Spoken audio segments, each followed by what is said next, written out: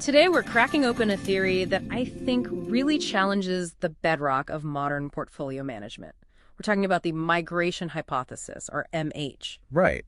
And if you've been taught that markets are these, neat, predictable systems. Like classical finance, the efficient market hypothesis. Yeah, right. EMH will prepare for a pretty dramatic shift. Those classical models, they just couldn't explain the bubbles, the volatility we actually see. So I needed a new way of looking at it. Yes, and that led to the adaptive market hypothesis. The idea is to view markets as adaptive ecosystems, more like a jungle than a clock. A jungle? Yeah, where the rules of biology, evolution, competition, survival are, frankly, a lot more relevant than the rules of physics. Okay, so if we're using biology as a metaphor, that must mean risk and return can't be these static, fixed properties of an asset. They're not. They become dynamic states, or habitats, as the theory calls them. Assets migrate through these different habitats over time, and that journey is what we need to analyze. So how do you map that journey? The model defines what's called the risk-return universe. Just picture a simple 3x3 grid, 9 boxes, 9 habitats. Defined by low, medium, and high for both risk and return. Simple enough. Right. But here's where the engineering gets really clever. They use fuzzy logic.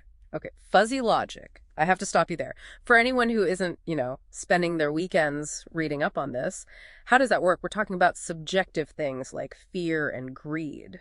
It's all about handling ambiguity. Instead of forcing an asset into one widget box, fuzzy logic lets it have a continuous degree of membership in multiple habitats at the same time. So it's not just in or out. It can be, say, 70% in one state and 30% in another. Exactly. It quantifies that gray area, the transition zone, and that lets us assign measurable, almost physical characteristics to assets. Like you're tracking a car. Precisely. Yeah. We track its position on the grid, its velocity, so how fast and in what direction its risk and return are changing its acceleration, and also its persistence. Persistence being how long it hangs out in one habitat. You got it. And this was done with millions of daily prices, using a 14-day rolling window to keep the data fresh. Okay, so now we get to the core discovery, this migration. It isn't random. Not at all.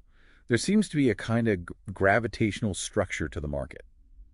Assets are systematically pulled towards certain zones and pushed away from others. And these are the attractors and repellers. Yes, we identified them using Markov chains, which is just a way of calculating the probability of moving from any one habitat to any other.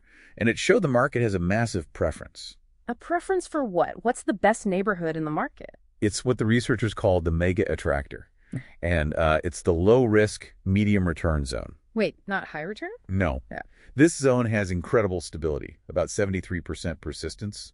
Over the long run, almost half of all global assets end up accumulating right there. So the market doesn't structurally favor peak performance. It favors efficiency, sustainable efficiency. That's the non-intuitive revelation, yes. Yeah. Okay, but let's talk about the numbers. The model achieved about 38% accuracy in predicting the next habitat. Now that still leaves, 62% of movement unexplained? Why is 38% a big deal? Because the random baseline, just guessing, would be about 11%. So we've beaten random by almost 240%. It proves the migration is structured, even if it's not perfectly predictable. So the strategic takeaway changes. It does. It shifts from managing historical volatility to managing migration risk. Meaning the actual quantified probability that your asset is about to move into a dangerous repeller zone. Exactly. And the key metrics for that are its velocity and its persistence. If you see an asset's velocity vector pointing hard towards a repeller, like the super volatile high-risk, high-return zone, you need to act. Preemptive risk reduction right away. It doesn't matter what current returns look like. And the NVIDIA case study really drove this home. It did. From 2018 to 2023, even a superstar stock like NVIDIA followed these universal laws. It moved from a transient state to that peak exuberance, the unstable high-risk, high-return repeller. And then it corrected. Just as the structure would predict.